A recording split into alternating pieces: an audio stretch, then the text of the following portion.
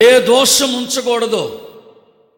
ఈరోజు అంటిందా ఏ దోషమైనా, ఏ కీడైనా, ఏ పాపమైనా, ఏ శాపమైనా వెంటనే ప్రభు పాద సన్నిధికి వచ్చి కన్నీరు కార్చి వాటిని ఒప్పుకొని విడిచిపెట్టి మరునాటికి సిద్ధమైపోవాలి రెడీగా. కొన్ని ఆహార పదార్థాల మీద రాస్తుంటారు రెడీ టు సర్వ్ అని. అంటే ఇక డైరెక్ట్గా తినేసేయచ్చు, డైరెక్ట్గా తాగేసేయచ్చు. మనం కూడా ఎప్పుడు అలానే ఉండాలి. ఇప్పుడు పిలిచినా రెప్పపాట్లు వెళ్ళిపోవాలి ప్రభు దగ్గరికి. ఈ వేళలో నిన్ను పిలిచినా నువ్వు వెళితే పరలోకానికి, మహిమలోకి వెళ్ళాలి. ఇప్పుడు వెళ్ళలేదో దేవుని బిడ్డ, క్రొత్త నిబంధన కాలపు పరిశుద్ధుడా, ఖచ్చితంగా నీకు తీర్పు అంటూ ఛాన్స్ అంటూ లేదు. నువ్వు డైరెక్ట్గా ధనవంతుడు వెళ్ళిన పాతాళంలోనికే వెళ్ళిపోతావు. అక్కడ ఉండిన పరదేశిని తీసుకెళ్ళి మహిమలో పైన పెట్టాడు. ఇప్పుడు అందుకనే క్రీస్తు కొరకు చనిపోతే మహిమకు వెళ్ళిపోతాం పైకి. క్రీస్తు కొరకు చనిపోకుండా మన లోకానుసారంగా చనిపోతే ఇటు నుంచి ఇటే పాతాళానికి వెళ్ళిపోతాం. ఈ సంగతిని బాగా గమనించి నీ జీవితాన్ని ఎప్పటికప్పుడు, ప్రతి దినం, ప్రతి క్షణం నీవు పరిశుద్ధుడుగా, పరిశుద్ధురాలుగా, పరిపూర్ణుడుగా ఉండటానికి ప్రయత్నించాలి. ఆమేన్, హల్లెలూయా. ఇలాగ తీర్మానం చేసుకోండి. లోకం మీద కానీ, లోక ఆశల కోసం ఇక పరుగులెత్తకండి. చాలు నడిచినంతకాలం, చాలు లోకములో జీవించినంతకాలం. దాన్ని ప్రక్కన పెట్టి శ్రేష్టమైన వాక్యం వైపు మనం మళ్ళిద్దాం. నేను ఉదయకాలమున ఒక మాటను చదివించాను, మీకు కొంచెం టూకీకి చెప్పి వెళ్ళిపోతాను. చదవండి. సామెతల గ్రంథం 8వ అధ్యాయం 6వ వచనం. నేను శ్రేష్టమైన సంగతులను చెప్పెదను, వినుడి. నా పెదవులు యథార్థమైన మాటలు పలుకును. ఇది వాక్యం అండి. వాక్యం అనగా సాక్షాత్తు మన దేవుని మనసులో ఉన్న మాటలు. ఆయన మనసులో ఉండిన మాటలన్నీ ప్రవక్తలకు చెప్పి, ప్రవక్తల ద్వారా ఈ గ్రంథాన్ని రాసి మనకిచ్చాడు. భూమి మీద మనకి ఆలోచన చెప్పే స్నేహితులు మనకు ఉంటారు, ఫ్రెండ్స్ ఉంటారు, శ్రేయోభిలాషులు ఉంటారు, పెద్దవాళ్ళు ఉంటారు. వాళ్ళు చెప్పే మంచి మంచి ఆలోచనలు మనకు అన్ని విషయాలలో మేలు కలగకపోవచ్చు. కొన్ని సందర్భాల్లో వాళ్ళు చెప్పిన మాటలు మనం వినుట ద్వారా మనకి నష్టం కూడా కలిగి ఉండొచ్చు. కొన్ని పుస్తకాలు మనం చదువుతాం, కొన్ని గ్రంథాలు చదువుతాం. ఆ గ్రంథాలు కొన్ని మనకు మేలు కలగవచ్చు, కొన్ని మేలు కలగకపోవచ్చు. కానీ ఈ పరిశుద్ధ గ్రంథమైన దేవుని వాక్యము మనకి 100% 200% మేలే కలుగు చేసింది. ఆమేన్. ఈ వాక్యముతో గనక నడిస్తే నీవు పాపివి, పాపము నిన్ను అస్సలు అంటనే అంటదు. ఆమేన్. కొంతకాలం నడిచేటప్పుడు కొంచెం శ్రమ కలగొచ్చు, కొంచెం ఇబ్బంది కలగొచ్చు, అది కొంచెం ఇరుకుగా ఉండట్టు అనిపించవచ్చు. కానీ తుదకు చివరికి అది మహిమ కలిగిన దేవుని రాజ్యానికి చేర్చింది. అలా కాకుండా మన ఇష్టం వచ్చినట్లుగా మనం నడిచామనుకోండి, మన ఇష్టం వచ్చిన ఆలోచన ప్రకారంగా మనం బ్రతికేమనుకోండి, మన ఆలోచన ఖచ్చితంగా ఒకని మార్గము వానికి సరి అయినదిగానే కనబడుతుంది. కానీ తుదకు ఖచ్చితంగా ఎక్కడికి తీసుకెళ్ళిద్ది? మరణమునకే తీసుకెళ్ళిద్ది, నాశనానికే తీసుకెళ్ళిద్ది. నువ్వు ఎంత ఇంటెలిజెంట్ అయినా కావచ్చు, నువ్వెంత చదువుకున్న వ్యక్తివైనా కావచ్చు, నువ్వెంత తెలివితేటలు గలవాడవైనా కావచ్చు, నీ సొంత ఆలోచనలతో, నీ సొంత ఉద్దేశాలతో గనుక నువ్వు నడిస్తే అది నీకు హాయి అనిపించవచ్చు. నువ్వు నడిచే దారి నీకు కొంచెం కంఫర్ట్ జోన్లో ఉండుండొచ్చు, ఇది బాగానే ఉంది అనిపించవచ్చు. అది నీ తలంపు గనుక ఖచ్చితంగా తుదకు నీకు మరణమునకు, నాశనానికే తీసుకుని వెళ్ళిద్ది. కానీ ఇదే వాక్యముతో మనం నడిస్తే, ఈ పరిశుద్ధ గ్రంథంలో రాయబడిన మాటలు విని అలాను అనుసరించి నడిస్తే మొదట కొంచెం ఇబ్బంది అనిపించవచ్చు. ఎందుకంటే మూర్ఖులైన తరానికి వేరుగా ఉండమంటది, పాపమును విడిచిపెట్టమంటది, సుఖ సౌకర్యాలు నీకు అనవసరమైన వాటిని వద్దు అంటది. చెడు స్నేహాలు వద్దు అంటది. చెడ్డవారిలో నీ రక్త సంబంధి ఉండిన, చెడు చేసేవారిలో నీ కుటుంబీకులు ఉండిన, అవసరమైతే నీ తల్లిదండ్రులే ఉండిన, అవసరమైతే నీ పిల్లలే ఉండిన ఆ మార్గములో నడవద్దని పరిశుద్ధ గ్రంథం చెప్పింది. అలాంటప్పుడు కనిన అమ్మా నాన్నలను పెంచి పెద్ద చేసిన వాళ్ళని విడిచిపెట్టడం కొంచెం కష్టమే. అన్నదమ్ములను విడిచిపెట్టడం కొంచెం కష్టమే. స్నేహితులను విడిచిపెట్టడం కొంచెం కష్టమే. లాభదాయకమైన వ్యాపారాలు వదిలిపెట్టడం కొన్ని కష్టమే. కానీ వదిలిపెడితే గనుక, విసర్జిస్తే గనుక తొదకు నిన్ను ఆయన రాజ్యములోకి అడుగు పెట్టేటట్లుగా చేసిద్ది. దేవునికి స్తోత్రం. అందుకని నీ ఇష్టానుసారంగా నువ్వు నడవకూడదు. శ్రేష్టమైన జ్ఞానము వినాలి. ఏంటి శ్రేష్టమైనదంటే, నెంబర్ 1 చెప్తా. 11 వచనం చదవండి, అదే అధ్యాయంలో.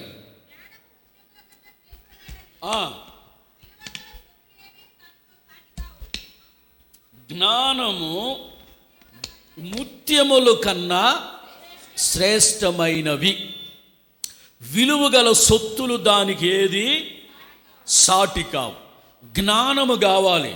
ఏంటి జ్ఞానము అంటే, యెహోవా ఎడల భయభక్తులు కలిగి ఉండటమే జ్ఞానం. జ్ఞానమునకు మూలం. భూమి మీద నీకు ఎవరి భయము ఉండినా లేకపోయినా పర్వాలేదు, కానీ దేవుని భయము మాత్రము ఉండాలి. నిన్ను సృజించిన దేవుడు ఉన్నవాడు అనువాడు, ఆయన పేరు యెహోవా. ఆ యెహోవాయే తనలో నుంచి ఒక భాగాన్ని తీసి అద్వితీయుడు తన కుమారునిగా పిలిచి ఆయనను భూమి మీదకి మనుషుల పాపములు తొలగించటానికి యేసు అని నామముతో ఈ భూమి మీదకు పంపాడు. అనగా ఆయనే వచ్చాడు. స్తోత్రం కలుగునుగాక. ఇప్పుడు ఎవరైతే ఈ యేసు నామమును నమ్ముతారో, ఈ యేసు నామమందు విశ్వాసం ఉంచుతారో, ఈ యేసు నామమునకు భయభక్తులు కలిగి ఆయన చెప్పినది చెప్పినట్లుగా నడుస్తారో వారే శ్రేష్ఠులు. స్తోత్రము కలుగునుగాక. ఆ దేవుని గురించి భయము కలిగి ఉండటమే శ్రేష్టమైనది. ఆయనే మనలను పరలోక రాజ్యములోకి చేరుస్తాడు. నేనే సత్యము, నేనే జీవము, నేనే మార్గము అని ప్రభు చెప్పారు. కనుక ఆయన అనుసరించి నడవాలి. భయభక్తులు కలిగి ఉండటం, ఆ దేవుని ఎడల, యేసు ప్రభు ఎడల భయభక్తులు కలిగి ఉండటమే జ్ఞానం శ్రేష్టమైనది. ఇది తప్ప భూమి మీదకి నీకు ఏది శ్రేష్టము కాదు. రెండవది, ఈ భూమి మీద కీర్తనల గ్రంథం 16వ అధ్యాయం 6వ వచనం జస్ట్ అలా అవుట్లైన్ చెప్తుంది. పగటి ఇందాక చెప్పాను, ఇది మీరు వినలేదు కనుక జస్ట్ అలా టచ్ చేసి వెళ్ళిపోతున్నాను. మనోహరమైన స్థలములలో నాకు పాలు ప్రాప్తించెను, శ్రేష్టమైన స్వాస్థ్యము నాకు కలిగెను. భూమి మీద మనోహరమైన స్థలాలు చాలా ఉంటాయి, మంచి ప్లేస్లు చాలా ఉంటాయి. ఒక్కొక్కసారి నీ ఇల్లు నీకు మంచిగా ఉండుండొచ్చు, నీ ఆఫీసు నీకు మంచిగా ఉండుండొచ్చు, లేకపోతే నీకు టూరిజం ప్లేస్ ఏదైనా, నీవు ఆనందించే ప్లేస్ ఏదైనా ఉండుండొచ్చు. ఈ మనోహరమైన స్థలాలు ఉన్నాయి. అయితే వీటన్నిటికంటే శ్రేష్టమైనది ఏంటో తెలుసా? దేవుని మందిరము. కొట్టేదేదో దేవుని మందిరము భూమి మీద ఉండిన స్థలములన్నిటికంటే శ్రేష్టమైనది. ఈ శ్రేష్టమైన మందిరములో నీవైనా నేనైనా ఏం కలిగి ఉండాలో తెలుసా? పాలు కలిగి ఉండాలి. అక్కడ నివసించే యోగ్యత, అర్హత మనకు కలిగి ఉండాలి. పాలు అంటే అర్థం ఏంటంటే, గేదెల నుంచి తీసే గేదె ఉండయి, పెరుగు వచ్చిద్దే, కాసి తోడు పెడితే పెరుగు వచ్చిద్ది, అవి కాదు పాలు అంటే. పాలు అనగా అర్థం ఏంటంటే భాగము అని అర్థం. ఈ మందిరం ఉంది, ఈ మందిరములోకి వచ్చే నీకు ఈ మందిరములో నివసించే భాగము నీకు ఉంది. ఈ మందిరములో జీవిత కాలమల్లా బ్రతికే హక్కు నీకు ఉంది. పాలు అనగా హక్కు. ఏ మనుష్యుడైతే దేవుని మందిరావరణములో నివసిస్తారో, దేవుని మందిరావరణములో బ్రతుకుతారో అది శ్రేష్టమైనది. స్తోత్రం కలుగునుగాక. లోకంలో మన బంధువులు ఉన్నారు, వాళ్ళు ఇంకా యేసు ప్రభు దేవుడని నమ్మల. లోకంలో మన కుటుంబీకులు ఉన్నారు, రక్త సంబంధికులు, వంశస్థులు ఉన్నారు, మన దాయాదులు ఉన్నారు. వాళ్ళు కనీసం దేవుని మందిరానికే రావటల్లా. కారణం ఏంటంటే వాళ్ళు దైవ రాజ్యములోనికి వెళ్లకుండా విసర్జించబడ్డారు. వాళ్ళకు అవకాశం లేదు. వారు ధన్యులు కాదు, వారు ఐశ్వర్యవంతులు కావచ్చు, కోటీశ్వరులు కావచ్చు, వాళ్ళు మంచిగా అపార్ట్మెంట్స్ కలిగిన వాళ్ళు కావచ్చు, విద్యావేత్తలు కావచ్చు. కానీ దేవుని మందిరములో ఎవరైతే గడపరో, దేవుని సన్నిధికి ఎవరైతే రారో, దేవుని సన్నిధిలో ఎవరైతే దేవునిని ఆరాధించరో, ఈ వాక్యాన్ని ఎవరైతే వినరో, ఇక్కడ ప్రభు బల్ల ఆరాధన అని ఒక సంస్కారపు కార్యము జరిగింది. ఆయన శరీరము, ఆయన రక్తం అది తిని త్రాగిన వాడే నిత్య జీవములోకి వెళతాడు. అందుకని ప్రతి మనుష్యుడు దేవుని మందిరావరణములో జీవించాలి. నీ కోట్లు పెట్టి మంచి ఇల్లు కట్టుకో, కానీ దినమునకు ఎంతో కొంత సమయము దేవుని మందిరములో నీవు గడపవలసినదే. ఈ మందిరమునకు నీకు సంబంధము ఉండి తీరవలసినదే. ఈ మందిరములో నీకు పాలు పంపులు ఉండవలసినదే. అందుకని మనోహరమైన శ్రేష్టమైన స్థలం భూమి మీద ఏదైనా ఉంది అంటే మందిరం. ఈ మందిరాన్ని సంపాదించుకున్నవాడు ధన్యుడు. ఈ రోజున మీరందరూ ధన్యులని చెప్తున్నాను. ఎందుకంటే ఈ మందిరములో మీకు పాలు కలిగింది, ఈ మందిరములో మీరు ఆరాధిస్తున్నారు. దయచేసి మందిరాన్ని విడిచి వెళ్ళటానికి ప్రయత్నించకండి. శ్రమలు వచ్చిందని మందిరానికి మానేయకూడదు, అవమానం వచ్చిందని మందిరానికి మానేయకూడదు, నాకు అక్కడ ఘనత లేదని మందిరానికి మానేయకూడదు, నాకు అక్కడ ఇబ్బందిగా ఉందని మందిరానికి మానేయకూడదు, నాకు అక్కడికి వెళ్ళటానికి దూరం అయిందని మందిరానికి మానేయకూడదు. మందిరములో నువ్వు స్థిరపడాలి. దేవుని మందిరములో నీకు పాలు కలగాలి. దేవుని మందిరములో నువ్వు జీవితం అంతా, ఒకరోజు కాదండి, ఒక నెల కాదు, 20 రోజులు కాదు, 40 రోజులు కాదు, నువ్వు చనిపోయేంత వరకు, ప్రభు నిన్ను పిలిచేంత వరకు ఈ మందిరములో నీకు పాలు పంపులు ఉండవలసినదే. అదే శ్రేష్టమైన జీవితం. స్తోత్రం కలుగునుగాక. కొంతమంది స్థిరపడరు మందిర ఆవరణాల్లో. ఒకరోజు ఈ మందిరానికి వస్తారు, మరొక వారం మరొక మందిరానికి వెళ్తారు, మరొక మందిరానికి. కొంతమంది ఉంటారు, అంత పరీక్షించే బ్యాచ్ ఉంటుంది. వీళ్ళు ఎలా ఉన్నారు పరీక్షించుకోరు, వాళ్ళని వీళ్ళని పరీక్షిద్దామని చెప్తారు. నేను అక్కడక్కడ నాకు కొందరు తారసపడతారు. అందరు సేవకుల గురించి నాతో చెప్తారు, అన్న ఆ సేవకుడు అలాగు, ఈ సేవకుడు ఇలాగు, ఆ సేవకుడు అలా పాడతాడు, ఈ సేవకుడు ఇలా పాడతాడు, ఆ సేవకుడు అలా వాక్యం చెప్తాడు, ఈ సేవకుడు ఇలా వాక్యం చెప్తాడు, ఆయన అది, ఈయన ఇదన్నీ చెప్తాడు. ఇదంతా నీకు ఎలా తెలుసు బ్రదరు అంటే, నేను అన్నీ చూసి వచ్చానన్నా అంటాడు. అంటే వీడు ఎవడంటే స్థిరత్వము లేనివాడు, ఎక్కడ పాలు లేనివాడు, ఎక్కడ స్థాపించబడినవాడు, మనోహర స్థలము విలువేంటో తెలియదు. ఇప్పుడు మందిరములో దావీదు అంటాడు, నేనైతే పచ్చని ఒలీవ వలె దేవుని మందిరములో ఉన్నాను. అంటే నాటబడాలి. ఇప్పుడు ఒక మొక్కని ఇక్కడ పెట్టామండి, అది అక్కడే ఉంటే ఎదిగిద్ది, ఫలించింది. అలా కాకుండా ఇక్కడ ఉంది, అడ్డం ఉందని దాన్ని పీకేమనుకో, ఇక్కడ నాటేమనుకో, మళ్ళా బ్రతకాలంటే ఒక 1 వారం రోజులు పట్టింది. మళ్ళీ ఇది అడ్డం వస్తుంది ఎక్కడని, మళ్ళీ దీన్ని తీసి ఇంకో చాటు పెట్టామనుకో, మళ్ళా అక్కడ బ్రతకాలంటే మరో 4 రోజులు పట్టింది. ఇక్కడ కూడా కాదులేని మళ్ళీ అక్కడ నుంచి తీసి అక్కడ పెట్టామనుకో ఇంకో చోట, ఈసారి 5వ సారి ఇప్పుడు ఎండిపోయి కూర్చుంటుంది. విశ్వాసి నువ్వు కూడా అంతే. మనోహరమైన మందిరములో స్థిరంగా స్థిరపడు. ఇంతకంటే శ్రేష్టమైన స్థలం నీ బ్రతుకులో మరొకటి లేదు, నీ జీవితంలో మరొకటి లేదు. కనుక దేవుని మందిరపు అధికారము, హక్కుని, స్థిరంగా బ్రతికే కృపను సంపాదించుకోవటం మనోహరం. 3వది ఇక మీకు చెప్తున్న మాట చదవండి. 3వ సంగతి ఆదికాండం 49వ అధ్యాయం 20వ వచనం చదువుదాం. ఆదికాండం 49వ అధ్యాయం 20వ వచనం. ఆషేరు నొద్ద శ్రేష్టమైన ఆహారము కలదు, రాజులకు తగిన మధుర పదార్థములను అతడిచ్చును. స్తోత్రం చెప్తారా? ఇంకెవరు బైబిల్కి వెళ్ళి చూడదు, నాకు వెళ్ళి చూడండి. ఆషేరు దగ్గర శ్రేష్టమైన ఆహారము కలదు. ఆ ఆహారం ఎలాంటిదంటే రాజులను సహితము సంతోషపెట్టగలిగిన మధురమైన ఆహారం. రాజులను ఎవడైనా సంతోషపెడతాడా? రాజుని మనము సంతోషపెట్టగలమా? రాజుగారితో చాలా డేంజర్ కదా. లోకంలో ఒక సామెత ఉంటుంది, ఏమని? రాజుగారి కంటే రాజుగారి అబ్బాయితోనే ఎక్కువ సమస్య. మీరు కనెక్ట్ అయిపోయినట్టున్నారు. ఆమెన్ కదా. రాజుగారి కంటే రాజుగారి అబ్బాయితోనే ఎక్కువ సమస్య. ఎందుకు? ఆడికేం తెలీదు.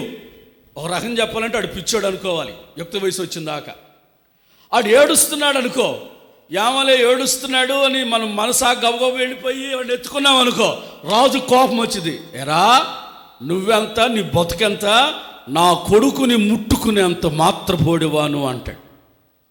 అవునా కదా? ఎందుకు వచ్చిన గొడవలే బాబు రాజు కొడుకుతో?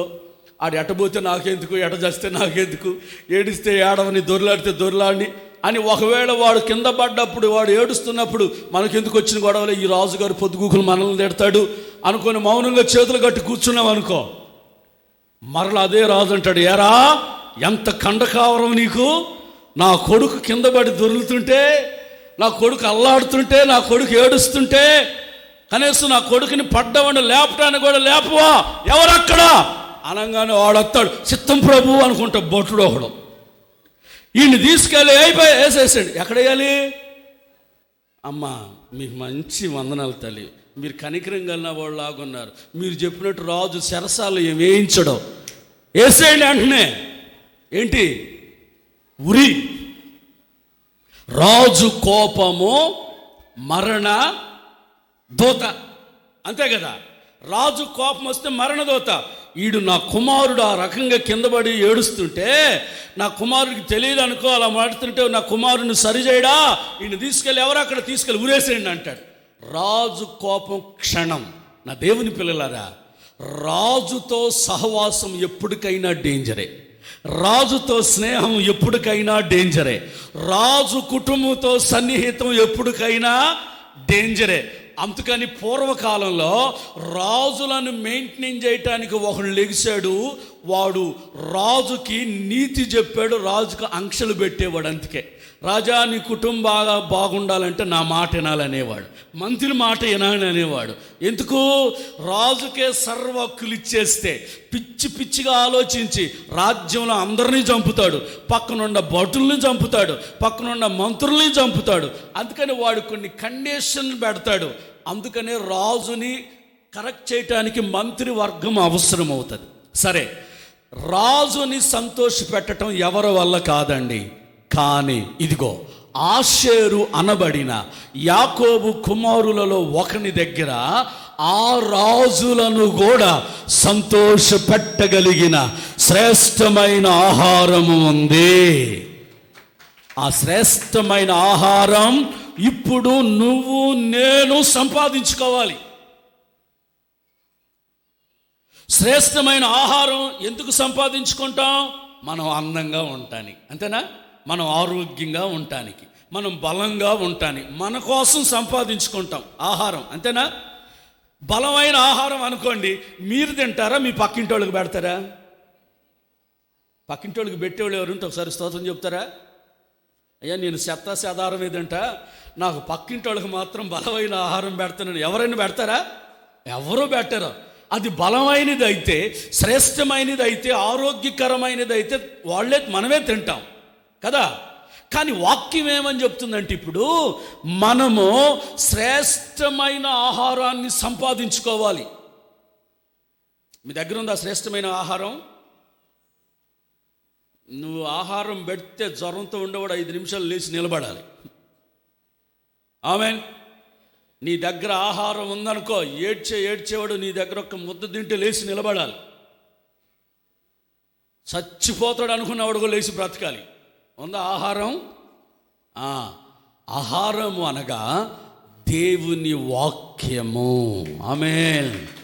ఈ భూమి మీద ఎన్ని ఆహారాలున్నా ప్రస్తుతం ఈ భూమి మీద బాగా ఆరోగ్యకరమైన ఆహారం, విలువైన ఆహారం ఏంటో తెలుసా? ఏంటి అమ్మా?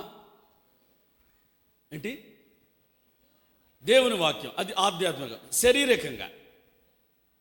శారీరకంగా బాగా ఏంటంటే బిర్యానీయా?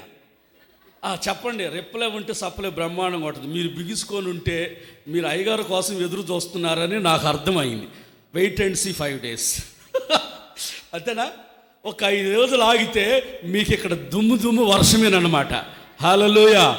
సంవత్సరాలు తరబడి చెప్పిన తరగని ప్రకటనలు సేవకులు మోసుకొస్తున్నారు. ఎందుకంటే ఆ ప్రాంతాలన్నీ అద్భుతాలు జరిగిన ప్రాంతాలు.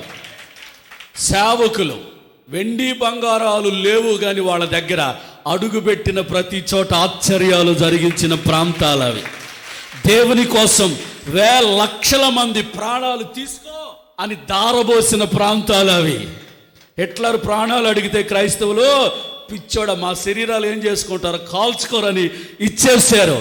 వారి మరణం నేటి దినమున మనం చూస్తున్న ప్రపంచాన్ని వెలిగించింది. పరిశుద్ధుల మరణం. ఒక్క పరిశుద్ధుడు చనిపోతే ఈరోజు సాతానికి కూడా జుట్టు బీక్కుంటున్నాడు. నేను ఆనాడు వాళ్ళని ఎందుకు హతసాక్షులుగా చేశానా? వారి రక్తము, వారి మరణ వార్త ప్రపంచానికి మోసుకొని వెళ్ళి ఈరోజు ప్రపంచమంతా క్రీస్తు కొరకు వెలిగించబడింది. అందులో నువ్వు నేను కూడా ఉన్నాం. వేల సంగతులు చెప్తారు మీకు. కొంచెం ఆగండి, ఓకేనా? ఇప్పుడు చెప్పండి, భూమి మీద బలమైన ఆహారం ఏది? ప్రస్తుతానికైతే బిర్యానీ. లెక్క అసలు భయపడకుండా ఇటు చెప్పేయాలి అంతే. ఏదైతే అయింది తర్వాత సంగతి. రైట్. ఏ బిర్యానీ అక్క? దమ్ బిర్యానీ. Right, okay. మరి తెలుసుకోవాలి కదా. కొంతమంది ఉంటారు అడ్రస్ లేని మెడ్రాస్ వెళ్ళే బ్యాచ్ ఉంటుంది. వాళ్ళు ఎందుకు వెళ్తారో తెలియదు. వాళ్ళు ఎందుకు తింటారో తెలియదు, ఎక్కడికి వెళ్తారో తెలియదు. ఇప్పుడు వచ్చేసింది కదా దేవుడి దేవల్ల ఫ్రీ బస్. నాకు మొన్న ఒక సహోదరి చెప్తుంది, విజయవాడ బిర్యానీ తినొస్తాను అందుకని అందరూ రండి అంటుంది. ఎందుకంటే ఫ్రీ బస్. Praise lord. అడిగేవాడు ఎవడు లేడు కదా. ఇప్పుడు ఆ బస్సు మన ఒక కండక్టర్ని కొడుతుంది. అంత నయం. ఇంకొకళ్ళు వచ్చేసి డ్రైవర్ని కిందకి లాగి కూర్చుంది ఒక ఆవిడొచ్చి. మరి బస్సు ఎట్టెళ్ళాలి? ఇక్కడ నుంచో డ్రైవింగ్ చేయాలన్నమాట. ఫ్రీ బస్సు వల్ల దేవుడి దేవాల మీరు అందరూ హ్యాపీయే కదరా? కదా? యేసు రక్తం మీద సబ్జెక్ట్ బయటకు వెళ్ళిపోతుంది, అనవసరం. బలమైన ఆహారం ఏంటి ఇప్పట్లో? బిర్యానీ కాదు. ఇంకా చెప్పండి. బోర్నవిటా, పప్పన్నంలో ఏమంటాయి? పప్పన్నం అంటే అన్నీ ఉంటాయి. పప్పు ఉంటుంది, మజ్జిగ ఉంటుంది, నెయ్యి ఉంటుంది, ఆమ్లెట్ ఉంటుంది, అప్పడం ఉంటుంది. ఇవన్నీ చెప్పండి, టైం అయిపోతుంది. నన్ను ఒక పాస్టర్ గారు అన్నారు, అన్నా నువ్వు అచ్చంగా వాక్యం చెప్తున్నావన్నా, అప్పుడప్పుడు కాస్త జోకులు చెప్పు అన్నా అన్నాడు. అరే వాక్యం చెప్పడానికి టైం చాలట్లేదు రాడా, ఇక నేనేడు జోకులు చెప్పేది అంటే ఒక పాస్టర్ గారు పిలిచాడు ఎట్నే మీటింగ్కి. పిలిచి యూట్యూబ్ పెట్టు అన్నాడు. పెడితే అబ్బో మదన్ను నరికేస్తున్నాడుగా, అసలు వాక్యం మీద ఇష్టం నరుగుతున్నాడుగా, ఒక్క జోక్ కూడా చెప్పట్లేదుగా అన్నాడు. అందుకు నన్ను రిజెక్ట్ చేశాడు ఆ మీటింగ్ పిలవకుండా. జోకులు చెప్పలేదని. ఇప్పుడు జనాలకి దురద ఎక్కువైపోతుంది చెవులకి. ఎవడు ఎక్కువ జోకులు చెప్తే వాడు టాప్ స్పీకర్. ఇప్పుడు ఎవడు ఎక్కువ జోకులు చెప్తే యూట్యూబ్లో టాప్ మెసెంజర్. ఇప్పుడు ఆడికే డేట్లు ఫుల్గా ఉన్నాయి. నేను వాక్యం చదువుతున్నాను, ఒక్కడిని పెట్టట్లేదు. నిజమన్నా? ఆ మధ్య మా ప్రాంతానికి ఒకరిని పిలిచాం, ఒక పాస్టర్ గారిని. ఆడు ఇంతే ఉన్నాడు. వచ్చిన దగ్గర నుంచి ఒక వాక్యం చదివిచ్చాడు. ఆ వాక్యం అయిపోయింది, ఇక అంత దుబాయ్ సంగతులు చెబుతున్నాడు, ఆ కతర సంగతులు చెబుతున్నాడు, ఆ ఇంటమ్మ సంగతి చెబుతాడు. ఈ అంటే భర్తనట ఇదిగో దోయ్ నిన్నే అని పిలుస్తాడని వీడు నేర్పుతున్నాడు. ఇక వాళ్ళు పగలబడి నవ్వి కింద పడి లేచి అబ్బా అయ్యగారు వాక్యం బ్రహ్మాండంగా చెప్పాడు అని. ఏముంది దాంట్లో వాక్యం? దుబాయ్ సంగతులను, భార్యను భర్త నిన్నే. ఇది వాక్యమా? ఇంత వాక్యం ఉంది, ప్రజలకు చేరువేయాలి, చెప్పే సమయం పోతుంటే లెగితే ఇదే దుబాయ్ సంగతులే. ఆ ఇంటర్నేషనల్ స్పీకర్ అయ్యారు కదా, మీకు కూడా తెలిసినట్టుంది. యేసు రక్తమే చేయం, ఏం చేస్తాం, చేయి స్తోత్రం. నాకు సమయం అదేం వెళ్ళిపోతుంది. నేను 2 మాటలు చెప్దాం అనుకుంటే రైట్, బాగా గమనించాలి. ఎక్కడున్నా మనం? ఆహారం, పప్పన్నం కాదు, బిర్యానీ కాదు, ఇంకా యూట్యూబ్లో ఏం చేస్తున్నారు అబ్బాయి మీరంతా? ఏం రీల్స్ చూస్తున్నారు? కొత్త కొత్త సినిమాలు చూస్తున్నారా? వాళ్ళు రీల్స్ చూస్తున్నారు. మరి ఏం చూస్తున్నారు? భూమి మీద శ్రేష్టమైన ఆహారం ఏది? ఏదో అన్నారు అక్క, రొట్టె. యేసు రక్తం. ఏ రొట్టె అక్క? ఎవరి రొట్టె? గోధుమ రొట్టె, బియ్యపు రొట్టె, జొన్న రొట్టె. జొన్న రొట్టె మన రాయలసీమకు అక్క. అసలు మాకు జొన్న రొట్టెలు వాడేవాళ్ళు లేరు. యేసునామలు అది కూడా కాదు. ఇంకా మీకు తెలిసింది చెప్పండి. నేను చెప్తే ఆశ్చర్యపోతారు, కానీ ఏంటో తెలుసా? అన్నిటికంటే బలమైన ఆహారం అదేదో స్పెరూలోనా అంట. నాచు అండి, నాచు. అర్థం కాలేదు కదా? నత్తలదంటే నాచు, పాచి. ఇది రైట్ వర్డ్. యేసు రక్తం ఏ చేయం. అన్నిటికంటే బలమైన ఆహారం ఏంటనుకుంటున్నారు? పాచి. అది ఇప్పుడు పెంచుతున్నారు. ఆ ట్యాబ్లెట్లు రోజు కనుక వేసుకుంటే, ఇంత తింటే మనం 10 బిర్యానీలు తిన్నంట బలం వస్తుందంట. అర్థమవుతుందా? ఇక లేనిపోయింది. తెల్లారి నుంచి ఎక్కడ నాసుందో మొత్తం కలెక్ట్ చేశారు. అమ్మ అది కాదు, అమ్మ లేనిపోయింది, అది వేరు. దేవునికి స్తోత్రం. బలమైన ఆహారం, శ్రేష్టమైన ఆహారం భూ సంబంధంగా ఈ నాచు. కానీ ఆత్మ సంబంధంగా శ్రేష్టమైనది ఏంటంటే పరిశుద్ధ గ్రంథమందు వ్రాయబడిన దేవుని మాటలు, దేవుని వాక్యము. వాక్యమే బలమైన ఆహారం. ఆమేన్. ఈ వాక్యముతో రాజులను కూడా సంతోషపెట్టొచ్చు, కోపిస్తోళ్ళని అణచొచ్చు, గర్విష్ఠులను మంచి మనుషులుగా మార్చొచ్చు, దొంగలను మార్చొచ్చు, వ్యభిచారులను మార్చొచ్చు, దుష్టులను మార్చొచ్చు, సమాజానికి హాని కలిగించే వాళ్ళని మార్చొచ్చు, క్రూరులను మార్చొచ్చు, హంతకులను మార్చొచ్చు. దేవుని వాక్యం ఎంతటి క్రూరుడునైనా ఈ వాక్యము నీ దగ్గర ఉంటే, ఈ వాక్యము నీకు తెలుసుంటే, ఈ వాక్యాన్ని చెప్పగలిగిన సామర్థ్యము నీకుంటే, వాక్యమును రాజులను సైతం మార్చగలదు. స్తోత్రము కలుగునుగాక. ఇప్పుడు వాక్యము ఉండాలి నీ దగ్గర, గుండెల్లో వాక్యం ఉండాలి. వాక్యం లేకపోతే నువ్వు ఎలా నడుస్తావో నీకు తెలియదు. దారిన వెళుతున్నామండి, దారిన వెళుతున్నాం. ఎవడో పాత ఫ్రెండ్ పిలిచి హలో ఫ్రెండ్ ఇలారా ఒక దెబ్బేద్దాం అన్నాడు. ఇప్పుడు నీ గుండెల్లో ఏముండాలి? వాక్యం ఉండాలి. వాక్యం ఉంటే నీకేమర్థమైద్ది? ఈ జోదము మంచిది కాదని ప్రభువు చెప్పాడు. జోదము ఎందుకు మంచిది కాదు అంటే, జోదము వలన నీ కష్టార్జితాన్ని నీవు సింపుల్గా పోగొట్టుకుంటావు. అంతేనా? జోదము వలన నీ తల్లిదండ్రులు నీకు ఇచ్చిన ఆస్తిని సింపుల్గా పోగొడతావు. జోదము వలన నువ్వు ఏవే తాకట్టు పెడతావు. నీ తల్లిదండ్రులు నీకు సంపాదించిన ఆస్తిని నీవు వ్యర్థంగా ఖర్చు పెట్టుట పాపం. అర్థమవుతుందా? జోదములో నీ పిల్లలు నీ వాళ్ళంతా రాత్రి మగులు కష్టపడి నీకు ఇస్తే బెట్టింగ్ కట్టి సంపాదిస్తావే, అది పాపం. లేదా బెట్టింగ్లో ఒక్క మాట గెలిచి ఇంకొకటి కష్టార్జితాన్ని ఈజీ మనీ అంటారు, నువ్వు శ్రమ పడకుండా వచ్చే డబ్బు పాపం. ఈరోజు కోటీశ్వరులను చూసి చాలామంది వ్యసన పడుతున్నారు. వ్యసన పడకూడదు. ఒకడు 1,00,000 కోట్లు అంట. ఎందుకండి 1,00,000 కోట్లు ఒకడికి?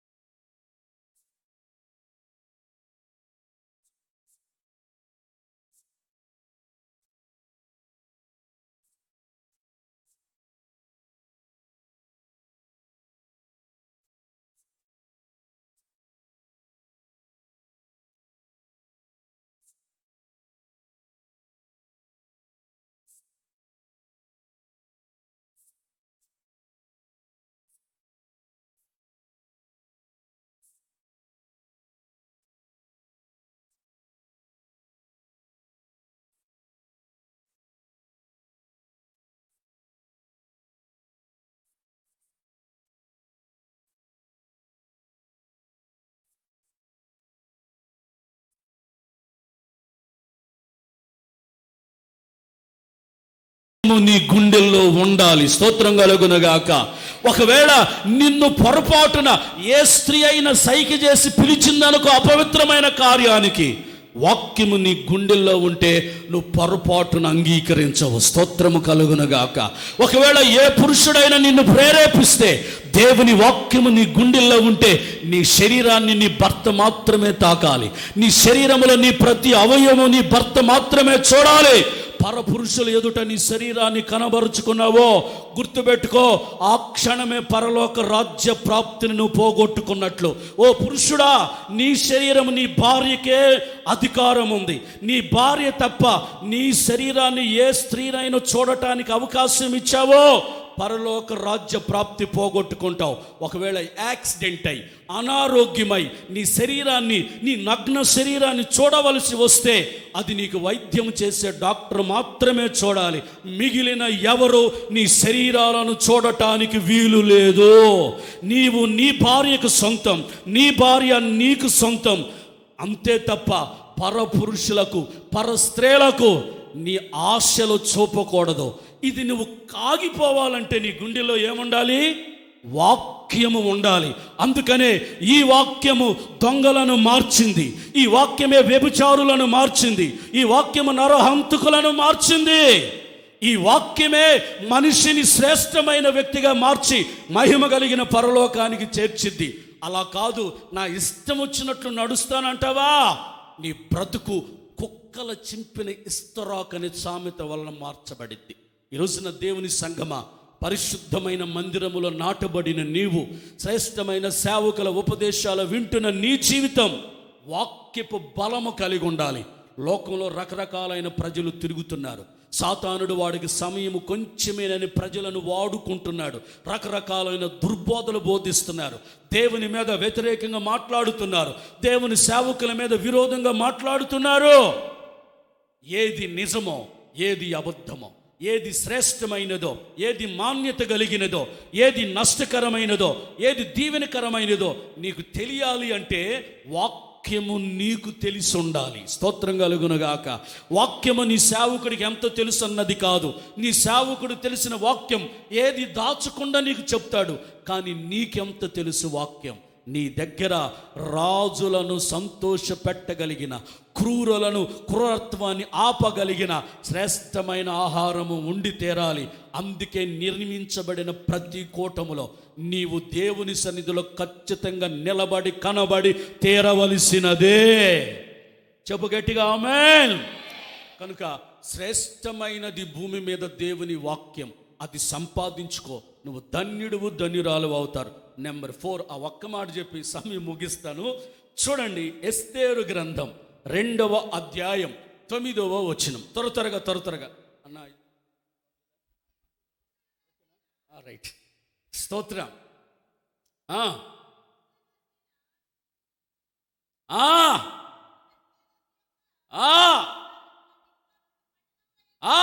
మన వాళ్ళకి ఇది అలవాటు. వాక్యం చేసేటప్పుడు పాస్టర్ గారు గట్టిగా అరవాలి. వెళ్ళినట్టు అరుతాడా నాకు తెలియదు. అయితే అయ్యా నేను మరి ఎందుకు జ్ఞాపిస్తున్నాం అక్క? చదవమంటే టకటక చదివేయచ్చు కదా వాక్యం. నేను అంటే కానీ ఊపిరాట్లా రైట్ కానీ చదివైపోతుంది. కంటిన్యూ.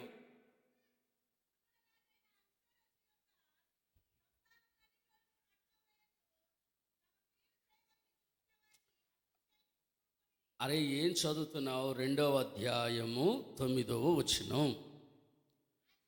ఆ చిన్నది అతని దృష్టికి ఇంపైనది గనుక ఆమె అతని వలన దయ పొందెను. కాబట్టి ఆమె పరిమళ క్రియల కొరకైన వస్తువులను, ఆమెకు కావలసిన భోజన పదార్థములను రాజు ఇంటిలో నుండి ఆమెకు ఇయ్యదగిన 7 ఆడపిల్లలను అతడు ఆమెకు త్వరగా ఏర్పరచి ఆమెను, ఆమె చెలికత్తెలను అంతఃపురములో అతి శ్రేష్టమైన స్థలమందు ఉంచెను. ఇప్పుడు వినండి కొద్ది నిమిషాలు.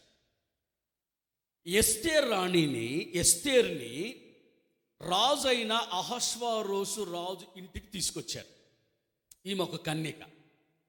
ఎందుకు తీసుకొచ్చారంటే తన భార్య అయిన వస్తి ఈ రాజుని గౌరవించకుండా, ఈ రాజు మాటకు లోబడకుండా వ్యతిరేకంగా ప్రవర్తించినందువల్ల పంపబడింది. ఇప్పుడు అది దేశానికి అవమానం. ఎందుకంటే భర్త మాట వినని భార్య ఎప్పటికైనా కీడే. అమ్మ, మీరు కనెక్ట్ అవ్వద్దు, నేను వాక్యం చెప్తున్నా. మీ భాగం ఇక్కడ అధికంగా ఉంది, మీరు నన్ను తర్వాత తిట్టుకోవద్దు. తిట్టుకున్నా నాకు అనవసరం, నేను ఇప్పుడు రైలు వెళ్ళిపోతా. మీరు ఎన్నడూ తిట్టుకున్నా నాకు వినబడవు. స్తోత్రం కలుగును గాక. భర్తని గౌరవించని భార్య మెడలేని మొండిమే. అమ్మా, నేను ఒక మాట అడుగుతా, అక్కలారా, మీరు ఎందుకు పుట్టారు చెప్పండి? ఎందుకు పుట్టారు? ఏదో శబ్దం రానివ్వండి. ఎందుకు పుట్టారు?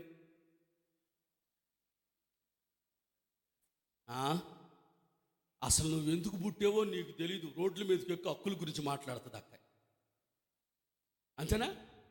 ఎందుకు పుట్టావు? స్త్రీలారా, మీరు ఎందుకు పుట్టారు?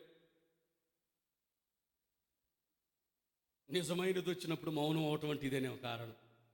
ఆమేన్. అసలు మీరు ఎందుకు, మీ పుట్టుకు కారణం ఏంటి తెలియదు కదా అక్క. ఎప్పుడన్నా ఇంట్లో అన్నం మీద పోట్లాడతావా? ఏసు రక్తవేజ ధనిలో. ఆమేన్. స్త్రీగా ఎందుకు పుట్టారంటే మీరు నీ పురుషునికి సాటి అయినా సహాయం చేయాలి. నువ్వు ఐపీఎస్ కావచ్చు, ఐఏఎస్ కావచ్చు, అది బయట సమాజానికి. నువ్వు డాక్టర్ కావచ్చు, బయట సమాజానికి. ఇంటి పరిస్థితి నువ్వు అడుగుపెట్టగానే నీ భర్తకి నువ్వెవరవో సహాయకురాలి. నీ భర్తని గౌరవించాలి, నీ భర్తను ప్రేమించాలి, నీ భర్తని పరామర్శించాలి, తన సంతోషాన్ని చూసుకోవాలి, తన బాధలు చూసుకోవాలి. అన్ని విషయాల్లో నువ్వు చాలా జాగ్రత్తగా ఉండవలసినదే. అలా కాకుండా నా ఇష్టం వచ్చి అడుగుతాను, నేను ఆఫీస్కి వెళ్తాను, వచ్చేసరికి అంట్లు గడుగు పెట్టామనుకో, నీ ఇష్టం. ఆ తర్వాత అది నేను చెప్పను, ఏం జరిగింది నీకే తెలుసు. హల్లెలూయా. స్నేహితులు వచ్చారు, మాట్లాడుతున్నా, ఒక టీ పెట్టి అన్నామనుకో, వీళ్ళు కూడా తప్పేం లేదండి. ఇప్పుడు మా వాళ్ళు కూడా మీకు బానిసలు అయిపోయారు. ఇప్పుడు వీళ్ళు పిలుపులేంటి? బంగారం, అబ్బా ఎండి పిలిచి బంగారం టీ పెట్టుకురానా, బంగారం కాఫీ పెట్టుకురానా, ఏది బాగానే ఉంటుంది. వీడు ఎక్స్ట్రాలు కాకపోతే. పరిచర్య చేయటం మంచిది కాదు, మంచిది కాదని చెప్పను, చెయ్యాలి. కానీ ప్రజల మధ్య మీ గౌరవ ఘనతలను మీరు పాడు చేసుకోకూడదు. నీ భర్తను బయటికి వెళ్ళి అంటారా, వీడు పెళ్ళానికి చెన్నోడరు అంటారు. అవమానం ఎవరికి? నీకే కదా, నీ భర్తకే కదా. కానీ జాగ్రత్తగా ఉండాలి. నువ్వు పుట్టింది సెకండ్ పర్సన్. మొదటగా పురుషుడు, రెండవది స్త్రీగా. పురుషుడికి సాటి అయిన సహాయం. ఇప్పుడు ఏ స్త్రీ అయితే తన భర్తని గౌరవిస్తుందో ఆ స్త్రీ గనురాలు. ఆమేన్. నేను ఒక మాట చెప్తా. నీ భర్త రాజు అయ్యాడు అనుకో, నీ ప్లేస్ ఏంటి? అబ్బా, అస్సలు వెనక ముందు ఆడకుండా చెప్పేస్తున్నారు చూడు. నిజమే కదా. నీ భర్త రాజు అయితే రాణి నువ్వే కదా. నీ భర్త తర్వాత స్థానం నీదే కదా, మరొకడు రారు కదా. అలా కాదు, నీ భర్త సైనికుడు అయ్యాడు అనుకో,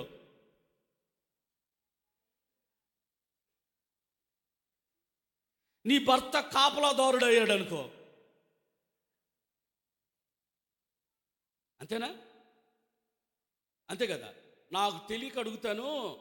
నాకు చిన్నప్పుడు మాకు పాఠాలు చెప్పే మాస్టర్ గారు ఉన్నాడు. మేము ఆయన్ని పొంతులు గారండి అని పిలుస్తాం. మాస్టర్ గారండి అని పిలిచేవాళ్ళం, పొంతులు గారండి పిలిచేవాళ్ళం. ఆయన భార్య ఉంది, పాపం ఆమె 4 చదువుకున్నారు ఆ రోజుల్లో, పెద్దగా చదువుకోలే. మా మాస్టర్ గారు అనేవాడు, రేయ్ పంతులమ్మ గారు అక్కడ ఉంది జాగ్రత్త అనేవాడు. నేను ఈమె ఎప్పుడు పంతులమ్మ చేస్తుంది అనుకుని, ఈమె ఎక్కడ జాబు చేస్తుంది, నేను ఆ అమ్మగారండి మీరు ఏ బళ్ళు చెప్తారండి అన్న. నేను బళ్ళు చెప్పటం ఏందిరా, నాకు చదివే లేదా అంది. మరి మాస్టర్ గారు పంతులు గారు నేను పంతులమ్మ అంటున్నాడంటే, అరే పంతులు గారి భార్యని పంతులమ్మ అని పిలుస్తారా, అంతేగాని కాదు. అంటే ఇప్పుడు ఘనత ఎవరిని బట్టి వచ్చింది? ఇప్పుడు కొత్త రీల్ ట్రెండ్, అమ్మాయి చదువుకు అమ్మాయి, నీ భవిష్యత్తు స్థిరపడితే నీ సెటిల్ అవుతావు అమ్మాయి, స్థిరపడి అంటే అదేంటి నేను ఎప్పుడూ సెటిల్ అయ్యాను. ఏం సెటిల్ అయ్యావరంటే 25 వచ్చిన దాకా అమ్మా నాన్నోళ్ళు జాగ్రత్తగా చూసుకుంటారు. ఆమె గుండెడు వెళ్ళే కదా. 25 తర్వాత పెళ్లి చేస్తారు. 60 ఏళ్ళు వచ్చిన దాకా భర్త పోసేస్తాడు. ఆయన వెళ్ళడు, సెటిలే కదా. 60 ఏళ్ళ తర్వాత నా పిల్లలు పోషిస్తారు నన్ను. ఇప్పుడు నేను ఇంక కష్టపడాల్సిన పని ఏంటి? అమ్మో ఎంత తెలివితేటలో ఉన్నారు చూసారా ఆడవాళ్ళు. అమ్మ మీరు కాదు, నేను ఇంకొకరి గురించి చెప్తున్నా. మీరు అలా చేయరు, సెటిల్ అయిపోయారు కదా. ఇంక వీళ్ళు చదవాల్సిన పని ఏంటి, వీళ్ళు ఉద్యోగాలు చేయాల్సిన పని ఏంటి, వీళ్ళు ఉన్నతంగా ఉండాల్సిన పని ఏంటి? ఆలోచించండి. రాత్రి పగటి వేళ ఎప్పుడైతే స్త్రీ తన భర్తకి గౌరవం ఇస్తుందో ఆ రాజ్యమైన, ఆ దేశమైన, ఆ ఇల్లైనా దేవుని చిత్తానుసారంగా దీవించబడుతుంది. కానీ వస్తి అలా కొట్టేదేదో కొట్ట. దేవుడు మిమ్మలను నీ భర్తకి రాణిగా మార్చునగాక అంటే నీ భర్త రాజు. ఎప్పుడు నీ భర్తని రాజుగా చూసుకో, రాణిగా నువ్వు ఉంటావు. నీ భర్తని పనోడిని చేసేవనుకో, కూలోని చేసేవనుకో, ఇంకొక రకంగా నువ్వు తక్కువ చేసి మానుకో, అతనికంటే నువ్వు తక్కువ అయిపోతావు. వస్తీకి ఇది అర్థం కాల. ఇప్పుడు ఆ స్థానంలో రాణిగా నిలపటానికి ఎస్తేరుని తీసుకొచ్చారు. ఆ స్థానానికి ఎవరు అర్హులో తెలుసా? నెంబర్ 1 విధేయులు. రాణి అవ్వాలంటే ఆమెలో ఉండవలసిన మొదటి అర్హత విధేయత. అనగా ఏది చెప్తే అది ప్రశ్నించకుండా చేయాలి. భర్త ఏది చెప్తే దానికి లోబడాలి. ఆమేన్. రెండవది, ఆ ఇంటి పరువు ప్రతిష్టతలు కాపాడాలి. Praise the lord. ఆమేన్. మూడవది, రాణి అవ్వాలి అంటే రాజు ఆజ్ఞ లేనిదే తను ఎలా ప్రవర్తించకూడదు. 3 అనుభవాలు. ఇప్పుడు ఈ అనుభవాలు ఎస్తేరులో ఉన్నాయా లేవా? అందరినీ సమకూర్చుకొచ్చారు. అయితే ఎస్తేరును అంతఃపురానికి తీసుకురాగానే ఎస్తేరులో శ్రేష్టమైన లక్షణములు హేగేకి కనబడ్డాయి. ఏం కనబడుతుంది తెలుసా? ఈ అమ్మాయి అందరిలాంటి స్త్రీ కాదు. అందరు మాటల్లో కరుగుతనం ఉంటుంది, అందరి మాటల్లో దురుసుతనం ఉంటుంది, అందరి మాటలు ఇష్టం వచ్చినట్లుగా మాట్లాడతారు. కానీ ఎస్తేరు అలాంటిది కాదు. ప్రతి సంగతిని క్షుణ్ణంగా ఆలోచిస్తుంది, క్షుణ్ణంగా గమనిస్తుంది. తొందరపడి మాట్లాడే మనిషి కాదు. ప్రతిదీ చాలా జాగ్రత్తగా పరీక్షిస్తుంది. ఎస్తేరులో ఉన్న మరొక శ్రేష్టమైన మాట ఏంటో తెలుసా? మనిషి కనబడితే ఇంపైన మాటలు మాట్లాడిద్ది. ఆమేన్. ఇంపైన మాటలు మాట్లాడిద్ది. కొందరు మాట్లాడతారమ్మా, షో షో. ఈ పనికిమాలిన కోడి ఎప్పుడు చూసినా మా ఇంటి చుట్టే తిరిగింది. ఈ కుక్కకి అంతే. నేను ఎన్నిసార్లు చెప్పిన, ఏంది ఈ కుక్క అంటే, ఈవిడ అనుకుంటుంది నేనే తెలియగలదని అనుకుంటుంది. నువ్వు షూ అనగానే ఆ పక్కింటి ఆవిడకి అర్థమైద్ది ఇది అంటుంది నన్నేరా అని. ఈ పంది ఎప్పుడు చూసిన ఎడే వచ్చి బొర్లాడిద్దమ్మా. ఎవరు తక్కువ? కొందరు మాట్లాడితే ఎంత కర్కశంగా ఉంటుందంటే సాత్వికుడికి కూడా కోపం వచ్చింది. వాడు అప్పుడుదాకా చక్కగా ఉంటాడు, ఇంట్లోకి రాగానే ఏమంటుందో తెలియదండి, ప్లేటు తీసుకుని పెటామని కొట్టారు. ఆ మధ్య ఒకటి ఇంట్లో పచ్చడి బండి తీసుకొట్టాడు.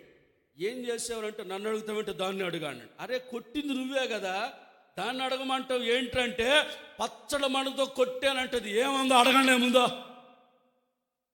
అంతే కదా.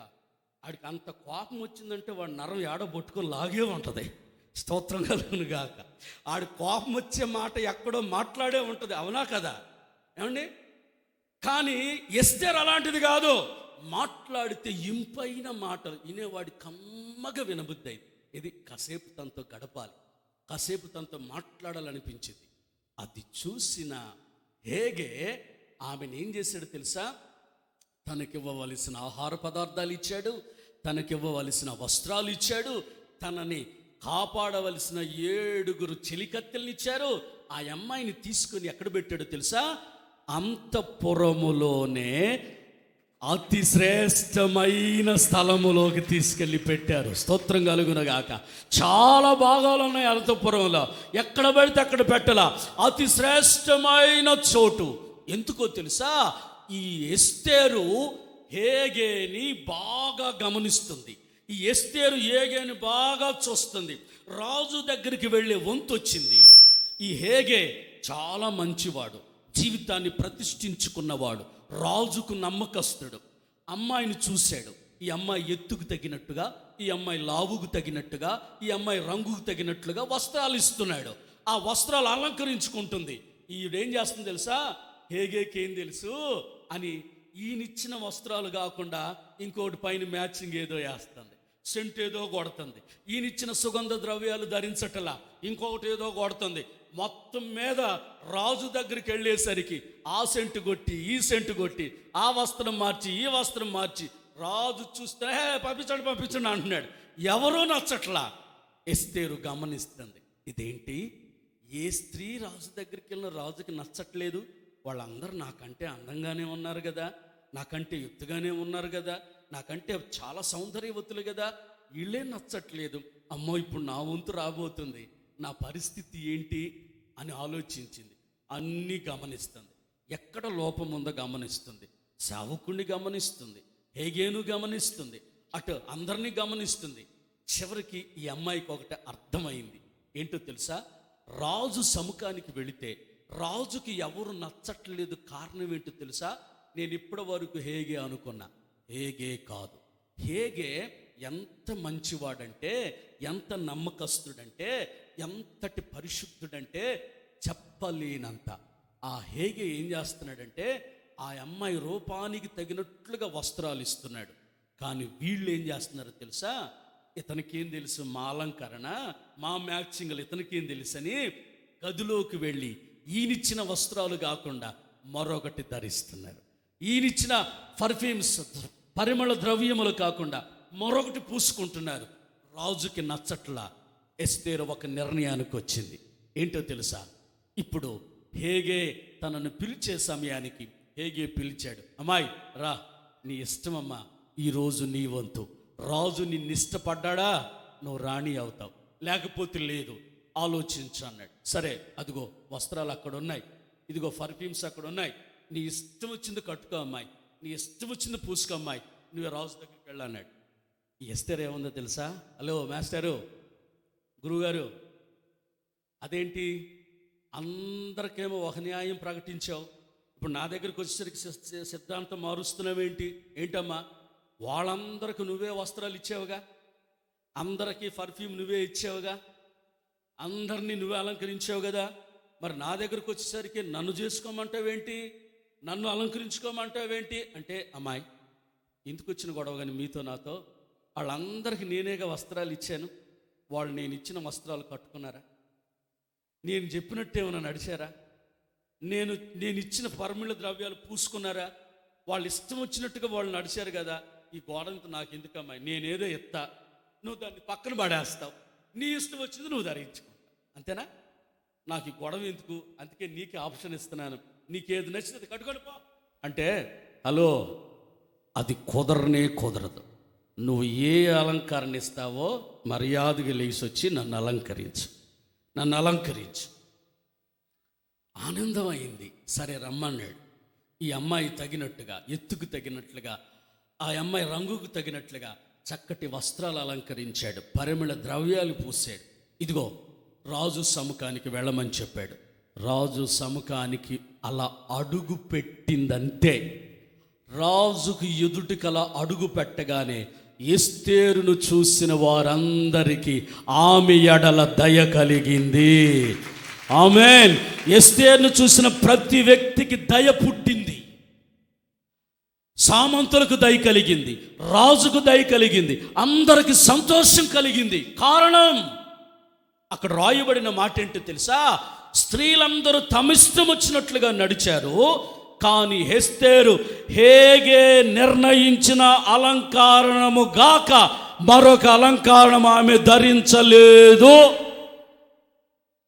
హేగే ఏదైతే ఇచ్చాడో అది మాత్రమే తను ధరించింది. హేగే నిర్ణయమే తన నిర్ణయం. అందుకే ఆమె రాణి కాగలిగింది.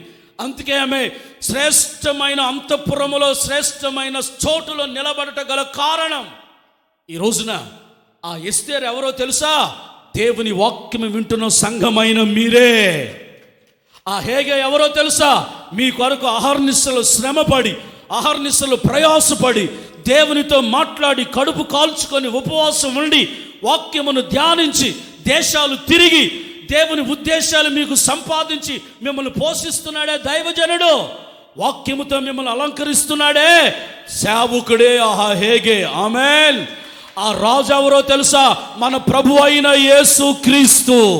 యేసుక్రీస్తు మనకంటే ముందుగా ఇశ్రాయేలీయులను తన భార్యగా, తన సొంత ప్రజలుగా అంగీకరిస్తే ఆ యేసు ఆ తండ్రిని, ఆ దేవునిని ఆ ఎస్తేరులాగా కాక వస్తీలాగా ఆయనను త్రోసివేశారు. ఇప్పుడు మనం ఎవరమయ్యా అంటే ఆయనకి రాణిగా కాబోయే నూతన నిబంధన సంఘం ఎస్తేరు లాంటి వాళ్ళము. స్తోత్రము కలుగునుగాక. నా దేవుని బిడ్డ, నీవు కూడా ఇప్పుడు ఈ ప్రపంచములోనే శ్రేష్టమైన, అతి శ్రేష్టమైన స్థలం ఏదో తెలుసా? పరలోకము, దేవుని సన్నిధి. ఆ శ్రేష్టమైన అంతఃపురములోకి నువ్వు వెళ్ళాలి అంటే భూమి మీద నువ్వు ఖచ్చితంగా నీ సేవకుని మాటను దాటి వెళ్ళకూడదు. వాక్యము బోధిస్తున్న సేవకులను గురిపెట్టి చూడాలి. దైవజనులు నిన్ను ఎలా అలంకరిస్తున్నాడో జాగ్రత్తగా గమనించు. దైవజనుడు ఒకవేళ నిన్ను హెచ్చరిస్తున్నాడా? ఊరకనే హెచ్చరించడు, నీలో ఉన్న పాపము తొలగిపోవాలని హెచ్చరిస్తాడు. ఒకవేళ దైవజనుడు నిన్ను గద్దిస్తాడా?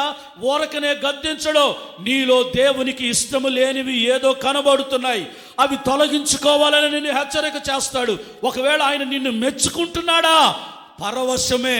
నీవు ప్రభువుని ఎదుర్కొనేదానికి సిద్ధపడగలిగిన కావలసిన పరిశుద్ధ క్రియలు నీలో ఉన్నాయని దేవునికి స్తోత్రం కలుగునుగాక. నీ ప్రతి అణువణువు నిన్ను దేవునికి అప్పగించవలసింది ఎవరో తెలుసా? దైవజనుడే. సేవకుడు లేకుండా ఏ విశ్వాసి పరలోక రాజ్యములోనికి ప్రవేశించదు. దైవజనుడు లేకుండా ఏ విశ్వాసి దేవుని రాజ్యములోనికి చేరదో. ఒక రకంగా చెప్పాలంటే సేవకునిలో ఉండేది ఎవరో తెలుసా?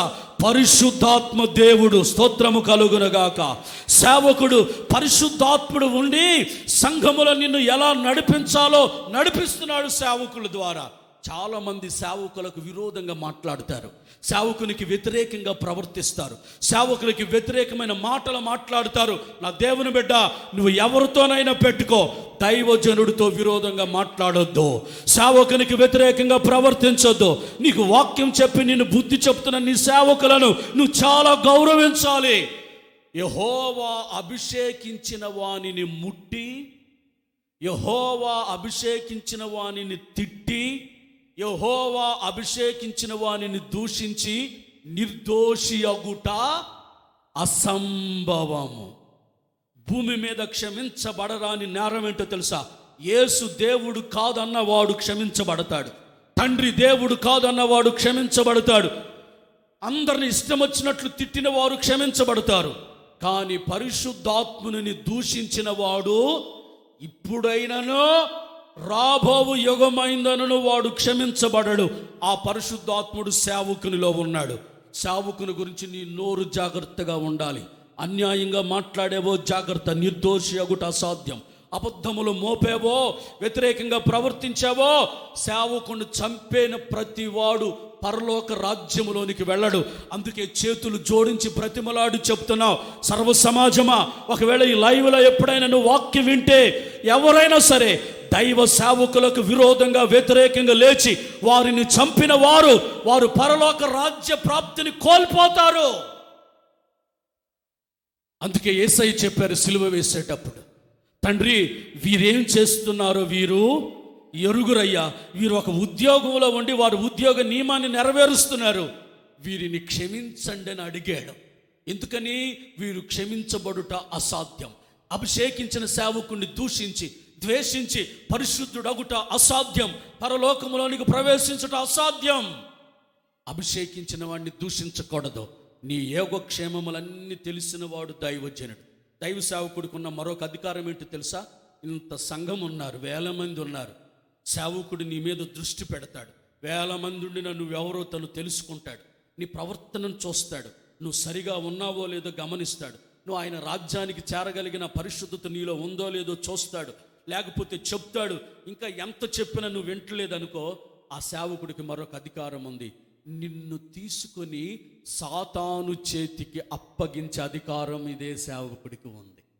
ఆ మాట చూపిస్తా. తిమోతికి రాసిన మొదటి పత్రిక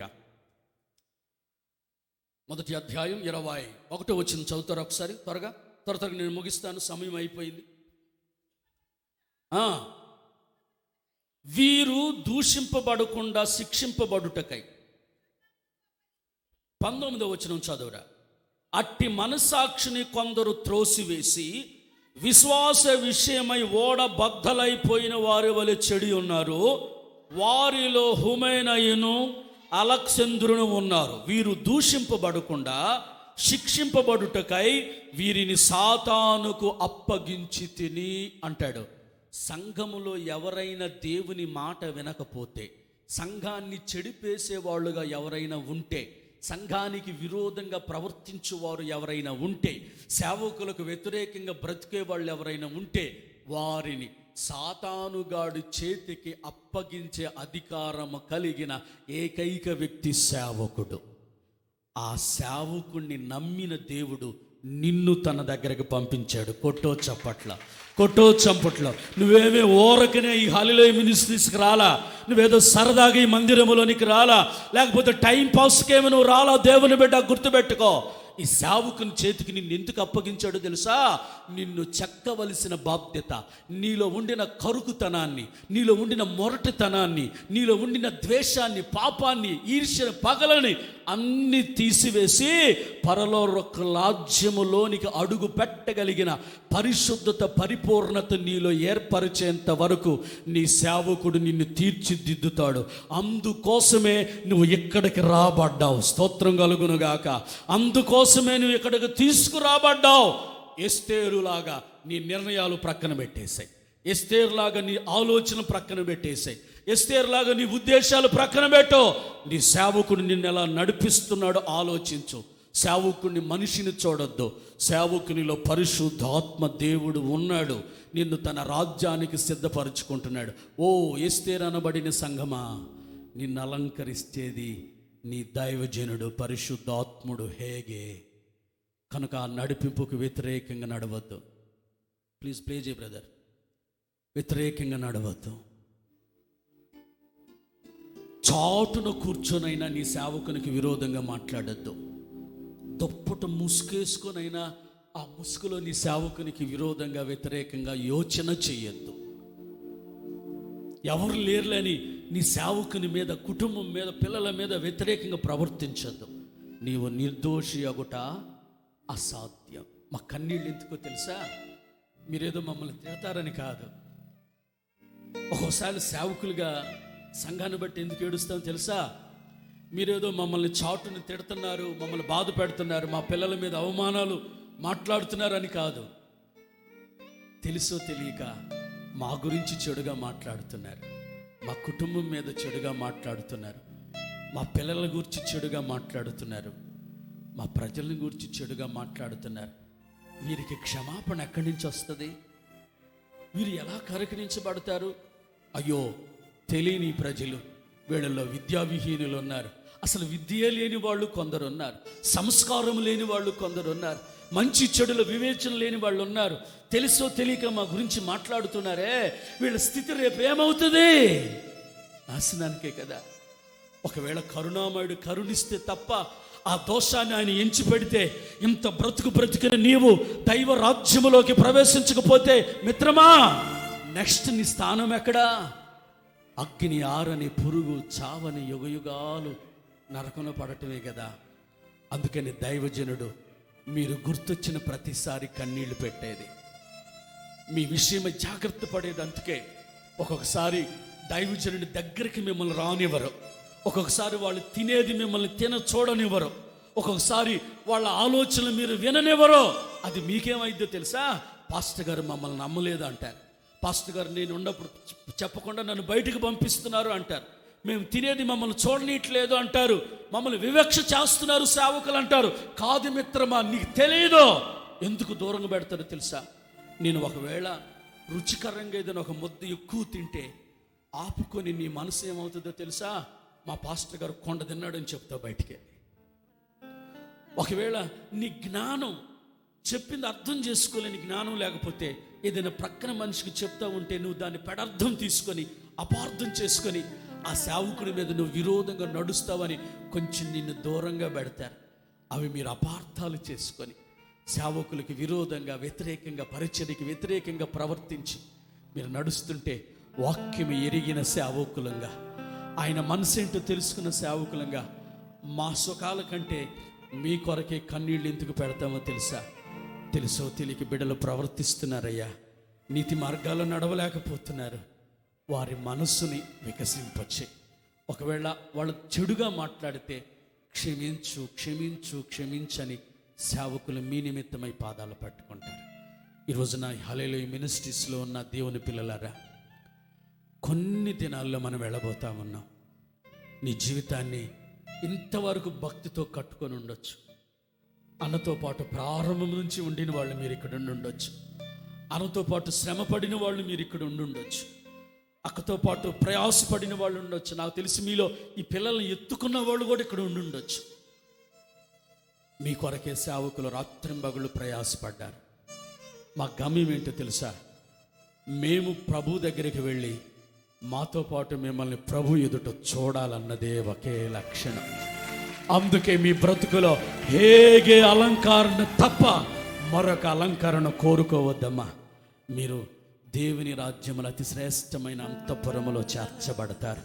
అట్టి కృప ప్రభు ఈ పరిచర్య అంతటికి దయచేయునుగాక. ఈ సేవకులను దేవుడు హేగేలాగా మార్చి, హేగే వలె ప్రేమ కలిగిన వ్యక్తిగా, ప్రతి మనిషి మనసు గుర్తించి రాజుకి అలంకరించి అప్పగించే పరిశుద్ధునిగా మన దైవజనుని ప్రభు మార్చునుగాక. ఈ కుటుంబాన్ని అలాగున ప్రభు కొరకు శ్రమపడే కుటుంబంగా మార్చునుగాక. ఈ పిల్లల మీదకి, ఈ సంతతి మీదకి ఈ అభిషేకము దిగి వచ్చునుగాక. ఇక్కడ కూడిన మనమంతా నిశ్చయంగా ప్రభు సింహాసనము ఎదుట కనబడుదుముగాక. దయచేసి అందరం లేచి నిలబడదామా ప్లీజ్.